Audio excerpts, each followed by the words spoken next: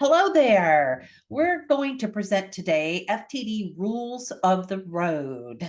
There are some things you need to know with FTD that are maybe a little different than other dementias. And we have found a way, Richard and I, to make our way through this, along with the help of our support group, to find all the ways that we can make life better. And my name is Sharon Hall, and my husband has behavior variant FTD. We're into year 8 now. He lives at home with me, and we're doing just fine in year 8 because I follow FTD rules of the road. Richard, would you like to introduce yourself? Hi, I'm Richard Reuben. I live with my husband who has the behavioral variant of FTD, and we are 3 years post-diagnosis. And I'm following the rules of the road and trying to become a better driver every day. So that's us. So let's go. Here is rule number 1. We always say right up front, make a plan. Make a plan. You got to plan for the future, live in the present, but make a plan. And the first step would be to see a certified elder law attorney. Why do we emphasize certified? Because some people will say they do estate planning, but a certified elder law attorney will know the rules of Medicaid in your state. And that's really important, right, Richard? Yeah, and I think we need to just drill down on that a little. And so far as the elder law attorney is going to kind of bridge between a state and understanding life wishes. So it's not just a financial component, but there's also the physical component. What kind of health directives do you want? Power of healthcare proxy and things like that. So I think I hate the word elder because it seems like it's for only people 65 and older. But really, as soon as you take your first apartment, you should be putting these directives in place. So I consider it is a life plan lawyer. That's true. That's true. They call themselves elder law, though, because as we know, most dementia and getting ready for Medicaid has to do with elder people. We are Right. the exception to the rule in being the young onset. The other thing I want to mention is about the advanced directive and POA healthcare proxy is great and it's wonderful if everybody acknowledges it and you have everybody on board and their siblings and children and everybody. But if you want to make absolutely certain that the person gets what they want, a POST or a MOST is considered a signed physician's order. And that means POST means physician's order for life sustaining treatment. And MOST sometimes is called a medical order of life sustaining treatment. It's different in each state, but just Google it and you can find what it is in your state. This is a be all end all. No one can go against it. You can present it to an EMT and they will not do resuscitation. So this is the actual legal document that says a doctor says this person is to have this treatment. So what do you think about that, Richard? It's vital. I think you also have to understand that it has to be a live copy or an original, so you can't have a Xerox of it. I know we have one on our refrigerator, and I have one in the car just in case we have an incident outside the house, and I have to show it to the EMT when they arrive. And it's something you revisit. There are different standards within the directive, so it's not like automatically, oh, stay away. You know, 20 years Exactly. ago, I would have been like, yeah, do everything you can. Now it's a don't do everything you can. It's like, I don't know if I want to be intubated, but antibiotics, sure. So you revisit as your life evolves. So it's not set in stone. Yes, none of these make-up plans are set in stone. Right. Even with the elder law attorney, your POA, all of that is not set in stone, Right. and that's why it's important. If you definitely want certain things at the end of your life, or you don't want resuscitation or feeding tubes or things like that, but you do want antibiotics if you have a urinary tract infection. But later on, you might not even want that. Right. So you can change, all of these things are changeable, but they are just a way for you to have the plan in place at this time. And if you change your mind, all of this can be changed. Right, Richard? Absolutely. And I say the sooner you do it, the better for so many reasons. But one of them also, besides the very practical legal reason, while the person we love still has some agency, the ability to understand what's going on, you get an idea also of what their wishes are before they get too lost in the progression of their disease. I So totally agree.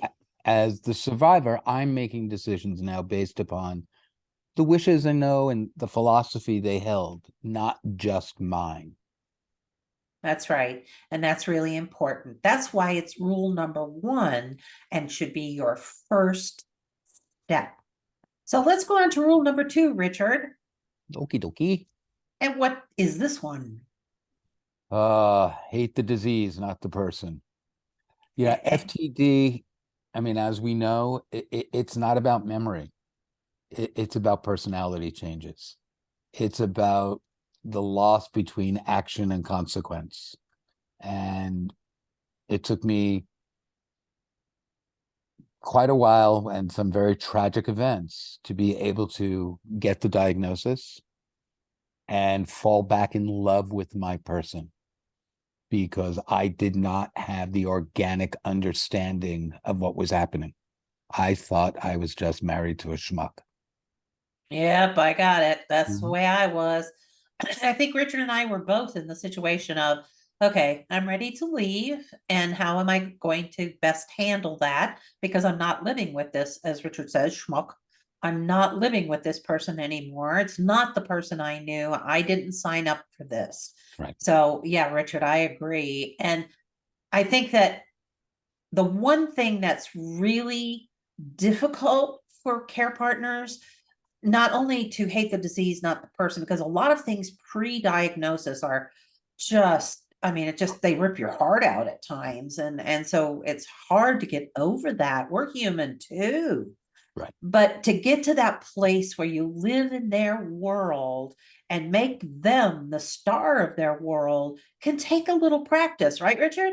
Oh, it takes a ton of practice, and it takes a lot of eating crow and putting your ego aside, right? If I ever think I'm going to get a heartfelt I'm sorry out of my husband at this point, well, I might as well just lick a frozen lamppost and keep my tongue stuck there until spring. It ain't happening. That is absolutely true. And the So sooner you realize that, the better, right? yeah, I mean, in this way, you're living in their world, you're living in the moment. You realize that there's an organic reason behind this. So just like with any other disease, we would recognize the disease and accommodate it, do everything we can to either get it better or make sure our person is as safe as possible. Yeah, and I'll always agree. Don't Right. argue, don't try to reason. You will never, ever win. No. And the apologize, oh, that's a hard one for people. They say, I didn't do it and I'm not responsible. And why should I take the blame? Because it makes your life easier. Right. Get over If you it. exactly, you're welcome to live in misery and be That's a right. choice. Exactly. Or you can know you're right and just give up a word that is soothing. Learning to say soothing words for me is one of the best calming techniques for FTD. And what's your soothing word, Richard? Well, my soothing word is how lucky I am get to look at you all day. See, even if that day you would just rather give him a Rip his whack in head the off. side of the head. But what happens? It makes them smile. Exactly. It's a And very what's somebody, simple. What's somebody going to do when you say, I am so sorry? That was all my fault. Where are you going to go with that? Right. You're not going to start calling the other person names. You're not going to start lashing out at them. You're going to go, yeah, it was your fault, and walk away. They won. You make them win. Right. So And then you that's the clean up key the mess here. on aisle 4 while their back is turned. Yep, It's just the way it is. that's right. You live in the moment, right, Richard? Absolutely. Absolutely. Yeah, If you do not learn patience, you will learn that you will go down before they do. yeah. I always say go down with the ship if you must, but Right. there's no life raft. Right. Alas. So let's go on to rule 3. Keep them safe. Keep you sane.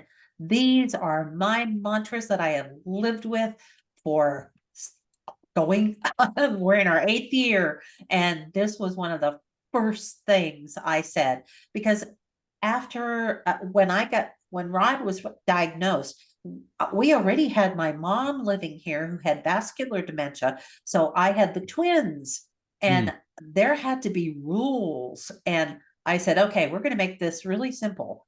My job is to keep you safe, but I also have to keep myself sane. And so from the beginning, I sort of indoctrinated the two of them into knowing that I was the general. And I'm sorry that's the way it is, but I'm the general because I'm keeping you safe. And I want to keep myself sane because that keeps you safe. What do you think, Richard?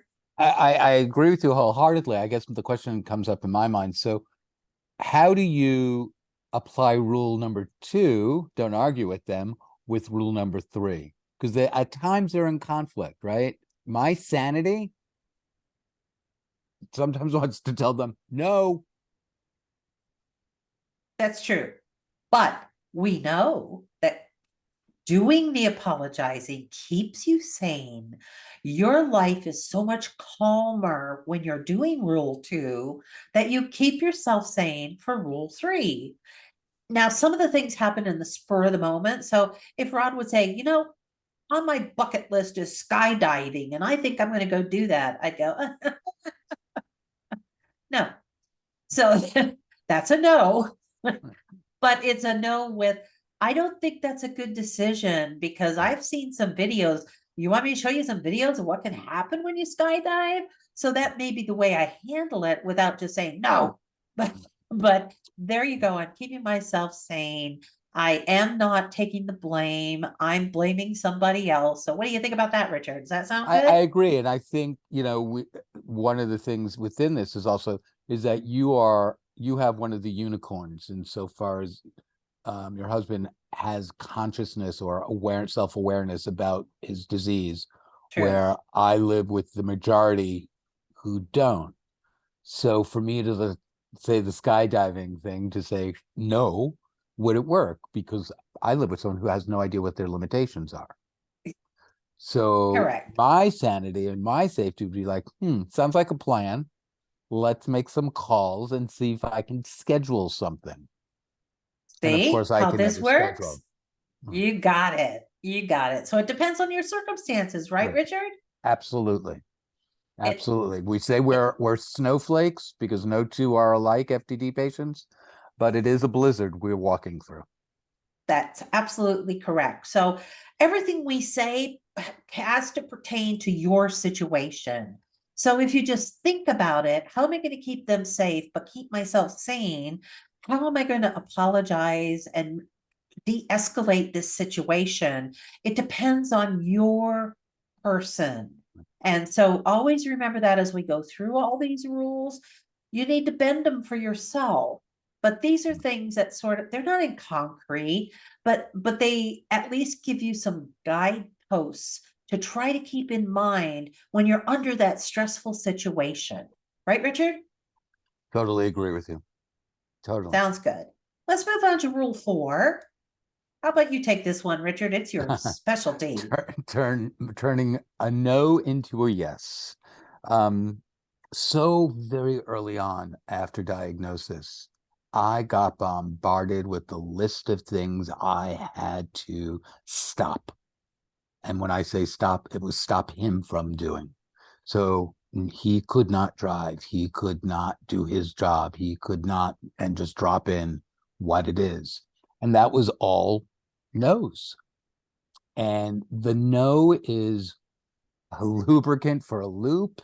It is a lubricant for a negative reaction from them. And so I had to learn how to just really position almost every no in a positive. So again, it goes back to the skydiving. Sounds like a plan. Let's look into it. There you go. So That's how that you turn a no into a into yes, right? exactly. And it's very hard to, in the moment, to practice that. So sometimes it's better to step away from the situation and calm yourself so you can refocus your answer. And I know it took me probably 6 to 9 months to get calm, between crying uncontrollably and screaming at this one particular tree in the yard. Why? I had to have my arc to get to that place. But once I did, I live in a much calmer house. I can deal Absolutely. with the loops so much better. Yes, and that's the goal. Look down in that right-hand corner there. The only thing that limits you is your ego. They're all ego. You got to let yours go, right, Right. Richard? Absolutely. I'm the one in control now in the house. I'm the one who still has action and consequence in alignment. I am the keeper of the memories. I am the keeper of safety. I am the keeper of paying the bills and other benign, boring things. It is all on us. But that doesn't make me great. That just makes me someone who loves. So it doesn't feed my ego, it feeds my heart. That's right. And not only that, it's not about your ego. If that is your guiding post, then this is going to be a long journey for you. And it's Mhm. okay. It's okay. We're not saying that if you can't do this, you're a failure. Mm-mm. We're saying that if you're going to keep your person at home and you're going to be around them, these are some rules that will help you do that. And in the beginning, you're usually not thinking about placement, but if this in the lower right hand corner is something that's just too difficult for you, or letting go is too difficult for you, or you can't ride the loops they get in, and you can't turn a no into a yes and calm the situation, perhaps at that point it's time for placement. You're a And there, person too. You right, have to be acknowledged. Yeah. there's no shame in placement and talking None. about that at all. This is a horrendous life to live. Um, and for me, in part, placement is definitely a reality that I revisit all the time and look for when. Um, and I don't view it as a loss or a strike against my skill set or love set. But for some people, it arrives sooner than later. And it's all okay, because I think at the end of the day, the most important thing is to still be their loved one. And Yeah. if the day in, And day that out activities run interference with that, then that's when you really need to start looking at placement, because I think it's really important to make sure you can still be their loved one at the end of the day. Yes, and that oftentimes is the way that you could become the loved one again, is in placement. Because if Hmm. there's something that is just a red line in the sand for Right, you, like if this, then that, right. that needs to be acknowledged, and you have to have no guilt about it whatsoever. This is a disease that is very difficult to control, and not everyone we all have different personalities, and your personality comes into this. You're a person, you need to be acknowledged as well. So people shouldn't feel guilty if they place early. That is not a sign of your lack of knowledge or abilities, right, Richard? No, absolutely. And I think it dovetails into rule 3. It's also a matter of if it's impeding your sanity and their safety, then that's really part of our decision-making process. None of this is done in a vacuum. It's we constantly, or at least I constantly reevaluate where we are. I mean, the disease is a plateau, step down, plateau, step down. How far am I stepping down after this plateau? How long does this plateau last? So you're constantly living in the moment. That's right. And now you can see how these rules build on themselves. So let's go to number 5 here. This is a biggie. Learn their triggers. If they get annoyed, it's for a reason. It's some sort of need that isn't being met. And that doesn't mean I'm hungry, I'm thirsty, not like a baby need.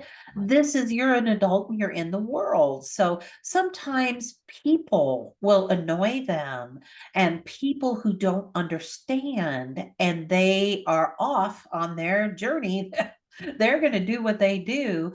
But if it's a trigger for them, then you need to learn those people and you need to either make them understand or somehow keep them away from those people. Are there people in your life that pertains to, Richard, that's a trigger?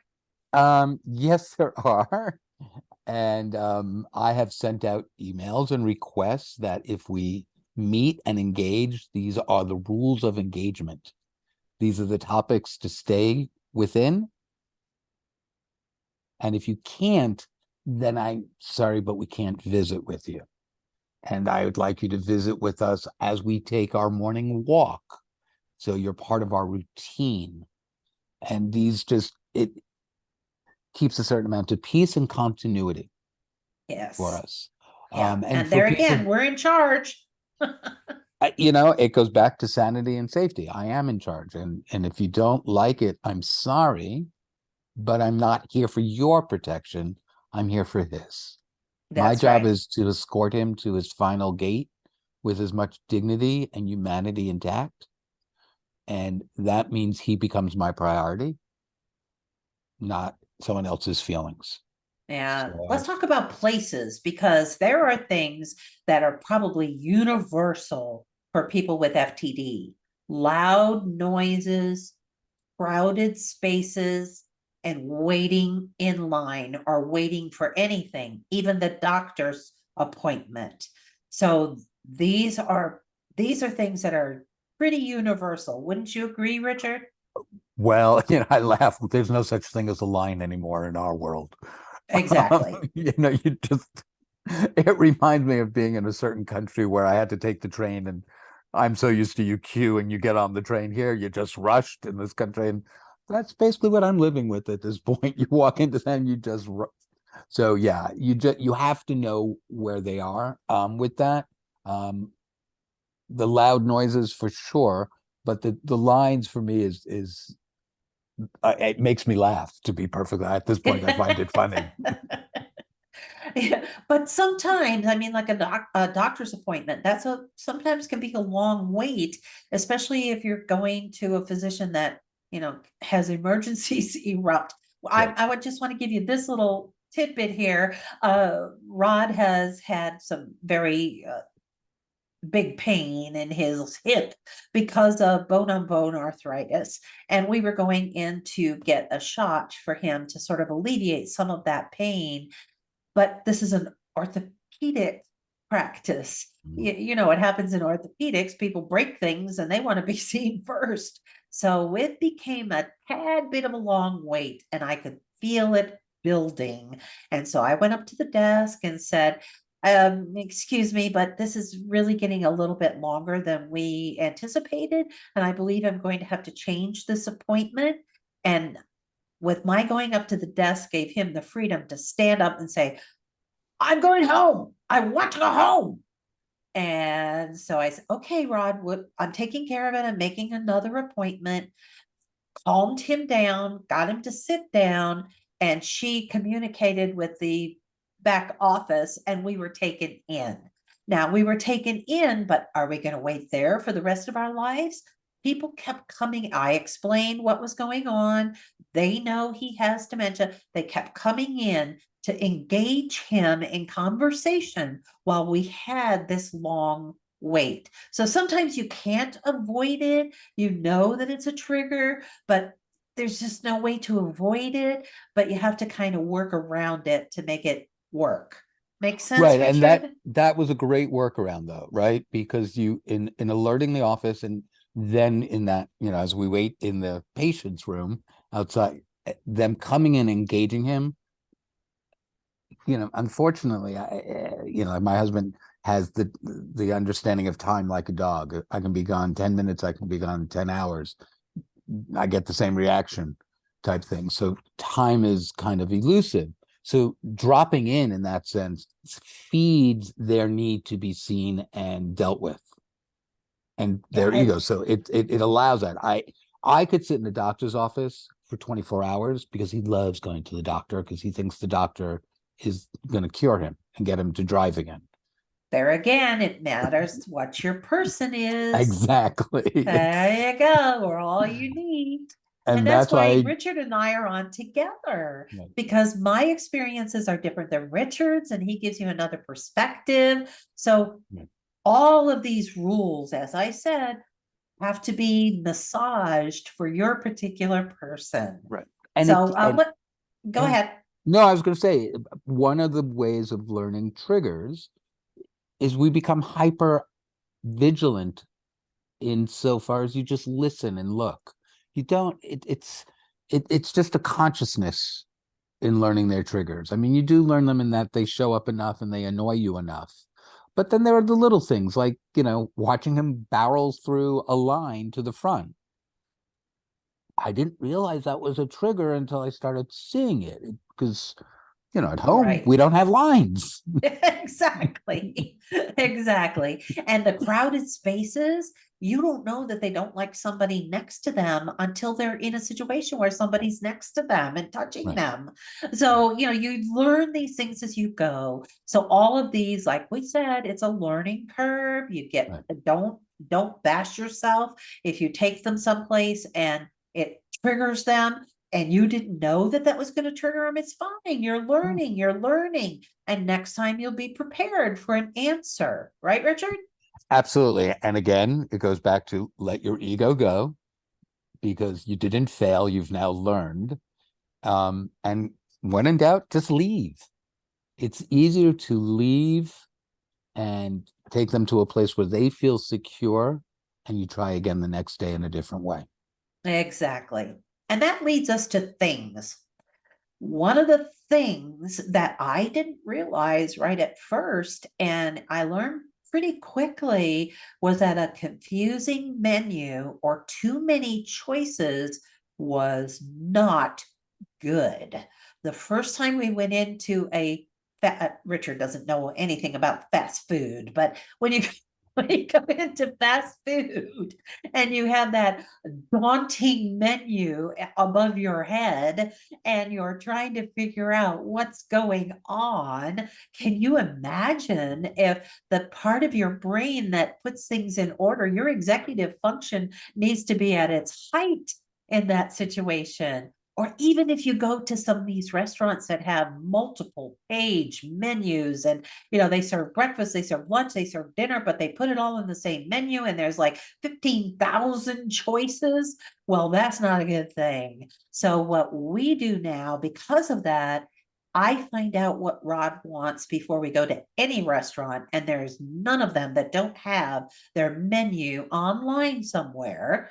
You go in, you read the choices, you have them decide what it is that do you want this or that, not too many, can't do you want 15 different things? You say nope, you pick two that they like. Say, would you rather have a burger or would you rather have a fish sandwich? So I'm just pulling that out of the air, but those are the two things that only two things at a time, right, Richard?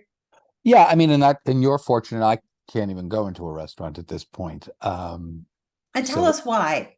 um it triggers nothing aggressive. For me, Hokan now completely collapses within himself. It's too overwhelming. Think of it as like a camera's aperture. And at this point, his setting is so tight and so pinpointed that he can't take in all the stimulation of a restaurant. He can't take in the choice. Forget that. He's food, if I don't make it, tastes bad or isn't good. And that's because it has flavor. He basically only will eat now two things, sweet and a little salt. Any other seasoning, and it's wrong is the word I get. This is wrong.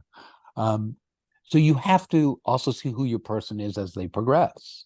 Exactly. A year ago when we went to a restaurant, was the last time I think we actually successfully went.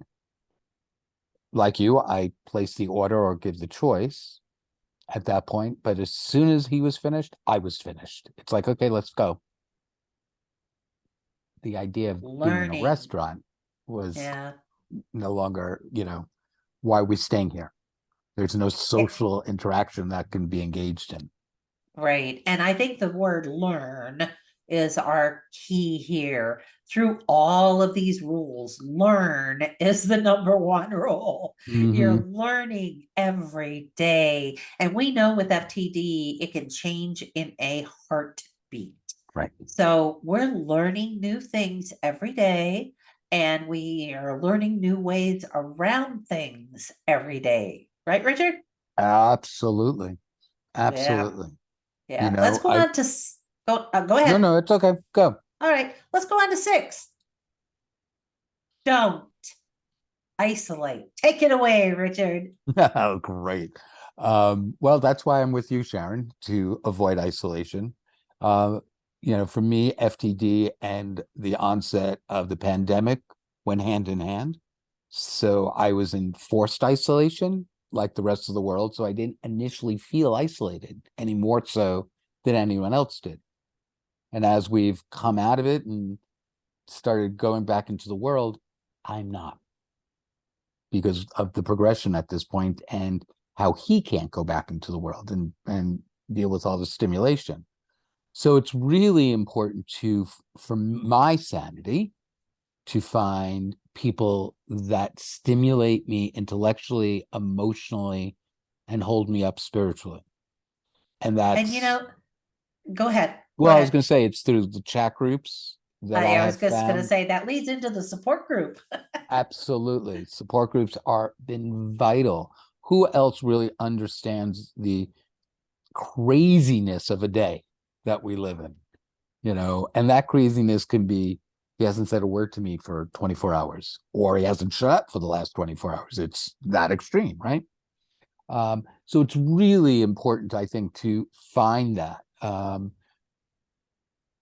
And, as you say, that first year is hair on fire. So it's vital to find other people to be able to lend you a hand in dousing the fire. Yeah. And those that go before us teach us a lot. The people that go before us that have been in it longer have been through the trials and tribulations. So oftentimes when you go into a support group, you learn things to circumvent what might be coming that you wouldn't know how to handle on your own in the spur of the moment, but you remember, oh, Mary from the support group said she did it this way. Let me try that. So that's why support groups are really important. And you also need to get out with your person. I don't like the isolation of embarrassment of for you to go out into public. I have a philosophy that embarrassment, if you're embarrassed, then that's supporting stigma. Because if you're embarrassed to say my person has a brain disease and does not have control over some of the things that he does or or doesn't do, then you're kind of buying into stigma. How do you feel about that, Richard? I totally agree. It is for me the chemotherapy patient who's lost their hair, and we don't freak out because they've lost their hair. We are, if you're if you're at all a human being, you're automatically compassionate and empathetic. And I would like the same reaction when you see my husband. You don't have to be in my house day in or day out, but I'd like to be able to look at him and understand that there's something going on and have a level of compassion for him. Exactly. I That's all. don't think we'll ever get compassion if we are too embarrassed to get our person into an outside routine where they meet other people in other situations. Now, obviously, you don't want to put them in a trigger situation to do that, but like, let's take, for instance, let's go back to the menu and the restaurant and that kind of thing. If we go to a restaurant, we don't go like we used to go during a time that we normally would eat dinner. We now go, sometimes we even go for like between lunch and dinner, and we have a bigger, I don't know what they call between lunch and dinner. Do you know, Richard? I don't know. But anyway, I know there's brunch, but I don't know what between lunch and dinner is. But we go at that time because guess what? The Isn't that the restaurant's early almost bird? empty. It's the early bird special, isn't it? Well, that's kind of like 4 o'clock-ish. We Yeah, whatever. sometimes will go at 2 o'clock Right. because lunch is over, dinner hasn't started, the restaurant's still open, they still have the same menu, but there's like us and two other people Right. there. So that there again, that's kind of combining the trigger thing with the don't isolate thing. So you know how that can come together if you use your mind to say, when can we do these things that we often enjoy, but seems to be out of bounds now? Right. And you can kind of work around that a little bit. Right. And so for me, it's very much, like I said, restaurants are completely off the table for us. Doesn't matter the time of day. But my husband loves nature, loves being outdoors. He's been a country boy his entire life. So I go to the botanical gardens. We walk around, and it's never that crowded. And there's always Exactly. his distraction is available. So if there's an orchid in bloom, he will stare at it because he is a wonderful orchid grower, and he will stare at that orchid 15, 20 minutes. And I'm like, this is perfect. He's getting stimulation. We're outside. And Breathing so you, fresh air. yes. So you figure out, again, it goes, we all have to figure out what is works for our people and how we keep them active and engaged as much as possible for where they are in their journey. Yeah, and I'd like to talk a little bit about the Use Adult Day Centers. Mhm. Rod has gone to one for quite some time. He's home now because of a circumstance that is beyond our control. They had to move for a short time because of a break in pipes. So he's home right now. But adult day centers can really give them some interaction as well, especially in the earlier days. And if you Mhm. say, oh, he's never going to do it, there's ways you can either say, I was talking to somebody and they said there's this group of people and they really need some volunteers. And they wondered if you would like to volunteer to help them. So Mm. they think they're a volunteer. There are also people who will pass money to them every morning and they get it back in the afternoon. And their person is told, I got a little job for you, because they need to know they're valuable as well. So some people will use paying them to get to adult day. But I have to tell you that it's important for them to communicate and be amongst people that have the same issues as they do. Rod has made some very good friends.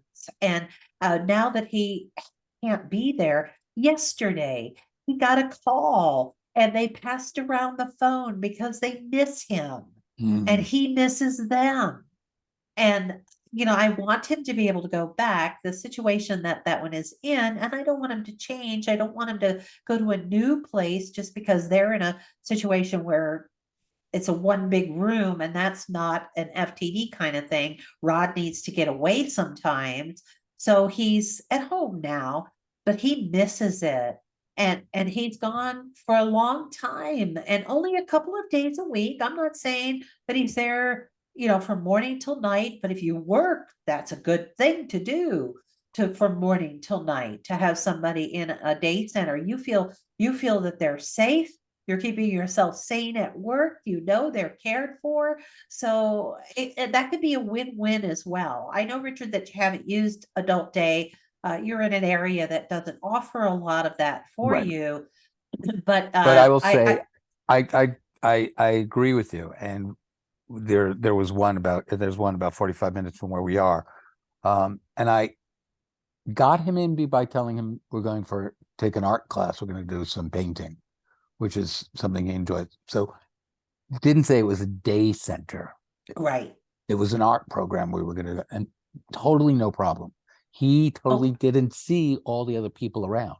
He only saw the art supplies. there you go. So it That that could that have comes to worked. yeah, yeah, yeah. That's what's called a therapeutic fiblet. Want Yeah, to talk about therapeutic fiblets? sure. Because that's how you do it. You do it with therapeutic fiblets.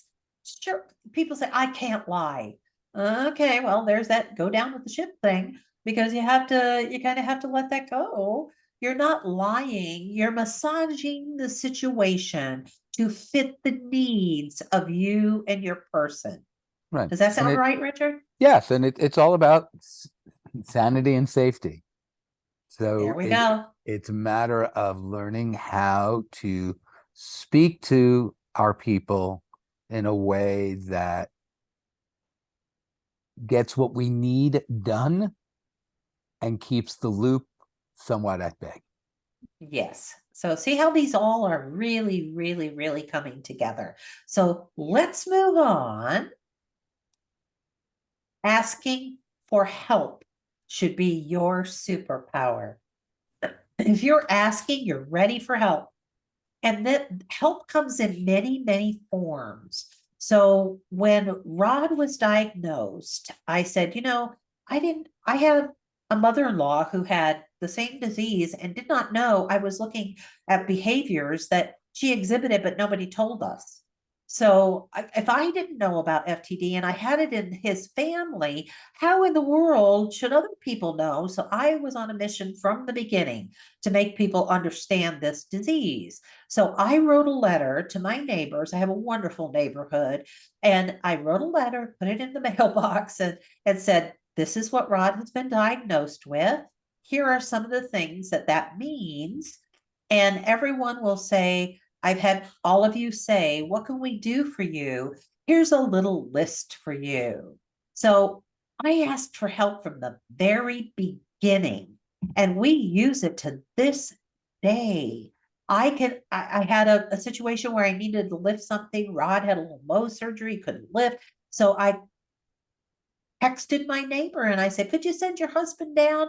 I need something moved that is a little too big for me and I can't ask Rod to do it. He was there lickety split because they know the situation. I asked for the help. I've been asking for the help. I give help as well if I can, but you really have to reach out with this disease, because otherwise you're in it too much. If you need to have a little bit of help, and whether that's picking up the phone and calling your best friend when they're sleeping and just crying your eyes out, that's asking for help. So make sure that you have somebody there or some situation where you can ask for help when you need it, right, Richard? If you don't ask for help, you live in an isolated world, and the isolation will kill you. So yes, asking for help it's vital. It's vital for our sanity. It's vital to understand, like you say, how to do things or just unload. You know, chat group has been vital in giving me advice besides the social worker we work with, or I do have a friend that I can call at any hour, and I have just been in an emotional jag because all of a sudden, like a wave, it hit me. What's happening in my world? So Exactly. you have Yeah. to. Yeah, and don't be afraid. There again, don't be ashamed. Don't be Mm, ashamed that you're dealing with a brain disease. You're seeing your person change before your very eyes. And that's very gut-wrenching to you. So don't be ashamed to say, oh, I just had such a bad day. They did this, they did that. Now you're the one that's saying to them, oh, that's fine. It was all my fault. You're keeping yourself sane in the situation. But like I said, you're human. right, So if you have to pick up the phone and say, oh, this day, oh my gosh, right, I don't know. Right, right. Richard? Completely. It's completely. So, I mean, Yes, help is, it comes in so many different forms, yes, yes. but And yes, always keep yourself sane by asking for right, help. People right, are willing to help. Rod loves his garden, and not everybody's a gardener. He right. likes to grow vegetables. And actually, nowadays, that's really nice because we save a lot of money at the grocery store. But so he likes to grow vegetables. So I went on next door and I posted that he loves to grow vegetables, but he needs some help now. And is there anyone that's interested in helping him in the garden? We'll share our vegetables with you. And we have a family that comes over every single Saturday, and sometimes even in between, to help him with the weeding and the planting and the picking that he now is not so able to do. And I reached out to next door, and it was someone in our neighborhood, and they've just been a godsend to us. It's a mother, father, and three little girls, and those little girls brighten his day every Saturday. And oh, speaking of Saturdays, he has a Stephen minister. So we reached out to our faith group, and it doesn't matter what faith you are, Stephen ministers are sort of non-denominational, and you can call a local church and say, do you have a Stephen ministry? His Stephen minister takes him out to breakfast every Saturday morning before the group comes over for his afternoon of gardening. So we have a double whammy on Saturdays. I asked for help, both in having him get out without me and enjoying himself, and and having reached out and have help for him in the garden. What do you think about that, Hmm. Richard? It's brilliant. It's brilliant. It's the way you do it. I mean, you Yeah, try to because create as much community outreach, as much interaction as possible. And again, we get to know our people. So Rod clearly can, be with someone else at a restaurant having Saturday morning breakfast, and they can have their pancakes together there, and that's fantastic. For me, it would be like, I need you to come to the house and just sit and look at Facebook and look at pictures, because that's the engagement. So again, we learn our people and we right, accommodate and form this ask for the world we have now found ourselves in. right. And going out to breakfast, they had the same waitress every week. Hmm. They know her, she knows them. They've been doing it for a couple of maybe 3 years, 4 years maybe now. And so they know her, she knows them, she knows Rod's situation. If he makes an inappropriate comment, he's like, ah, Rod, and he moves on. She's learned him. And it's just a wonderful, wonderful thing. It's just Well, really wonderful. it what you've done in asking for help and creating all of this, you've also created routine. And Yes, creating routine is vital. So this is all part of your structure and the structure of routine. And that is something very difficult for us to, I think, embrace initially. Where, yes. things happen, you go with the flow, or, plans change. With an FTD person, that's not the case. You have to We keep go with their structure. flow, they don't keep with our flow. So Yeah, you because want as much structure. let's understand when his Stephen minister comes, at 8:15 every Saturday. The group that comes with the garden comes at 10 a.m. So he's not out long with the Right. Stephen minister. It's an hour, which is kind of common for eating and socializing with his Stephen minister. And then he comes back and they come at 10 o'clock. They better not come at 10:05. They better come at 10. So yes, routine is everything with people with FTD as well. They really embrace it because it gives them a sense of knowing what's going to happen. They don't have to feel out of sorts. They know that at 8:15 on Saturday, I'm waiting for the Stephen minister to pull in the driveway because I'm going to go to breakfast. And when I get back at 10 a.m., my family's coming over to help work in the garden. Right. That routine is everything. Routine is everything. Right. And that's one of that's lack of routine is your kryptonite to your superpower. That's right. That's right. Yeah, and sometimes you can't avoid it. Of course not. Sometimes your routine is going to get upset.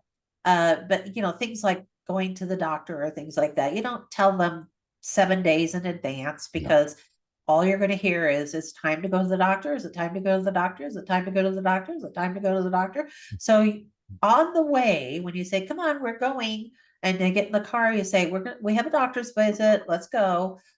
That's when you tell them. You don't tell them 7 days before. So, there's all these little tricks, but let's go back to the fact that joining a support group gives you these little tips, right, Richard? Absolutely. And it's again, asking for help and being with people who've also been with you before. You can at least workshop your issue. So if the tip isn't readily available, well, the conversation is. So you can workshop it and get to hopefully an option or two that might work. Right. And when it happens to you, then you sort of have something to lean on. Oh, I remember this. I remember somebody said this. So, it really matters to have a community and ask for help and to be involved and making those routines. Right. Let's move on. Cool. What do you think of this, Richard? Well, okay, so yeah, don't sweat the small stuff is it's all about the small stuff. It's all small. It's all small at this point. There's nothing really short of, a fall and blood. It's all small stuff for me at this. I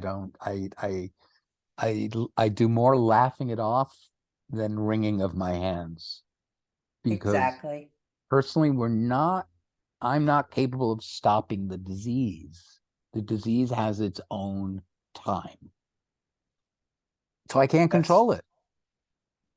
That's The only thing right. I can control is my reaction to the moment. And Yeah, as you know, like showering in our house is a optional activity. And initially when it kind of came upon us, I freaked out and I wrung my hands about it because like I lived with the dandy for so many years and now I got kind of a curmudgeonly kind of dusty looking guy. And, as you've said, no one ever died of not showering. And I was like, yeah, why am I sweating this one? exactly. I keep it clean as best Exactly. as I can. There's nothing growing where it shouldn't be growing. And you That's just move along. that's right. That's right. Don't sweat the small stuff. And it's all small stuff. You have to get to the point where things just kind of roll off. We had an incident here with, I said Rod is a gardener, and I think it was last year, I think it was. We were starting seeds in the house, and they were on a big table, one of those fold out 6-foot tables. And all his little seed things were on there, all his little plants that were starting to grow. And we had it in a place where we would have to move it now and then because it was near a door and that's where the sun was. So that's where we were putting it. And I said, don't move it without me. Well, I was engaged, otherwise engaged. And we had to move the table and it collapsed and all the plants and the dirt, the cups and everything went right on the floor. And usually someone's reaction would be with, "What did you do? I told you to wait for me." Uh-uh, uh-uh. I heard it. I ran out there. I said, "Oh my, what happened?" "Oh yeah, I tried to move it." I said, "Okay, no big deal, Rod. It's just dirt. We'll pick it up and we'll put Mhm. the plants back in, and I'm sure they'll continue to grow." They were going pretty good. So I stopped. I said, "Why don't you go out and do this or go over there and do this or that?" As I started picking up the plants, putting them back in the little things, getting them back on the table.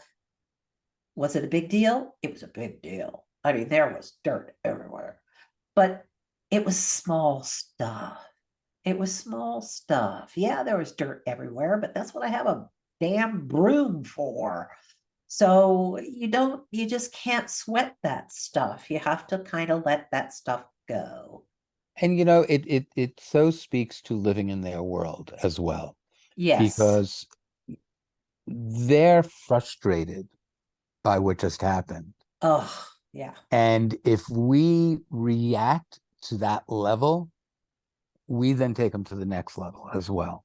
Yes. So I have really come to embrace the fact that emotionally my husband is as alive as he ever was. That has not changed.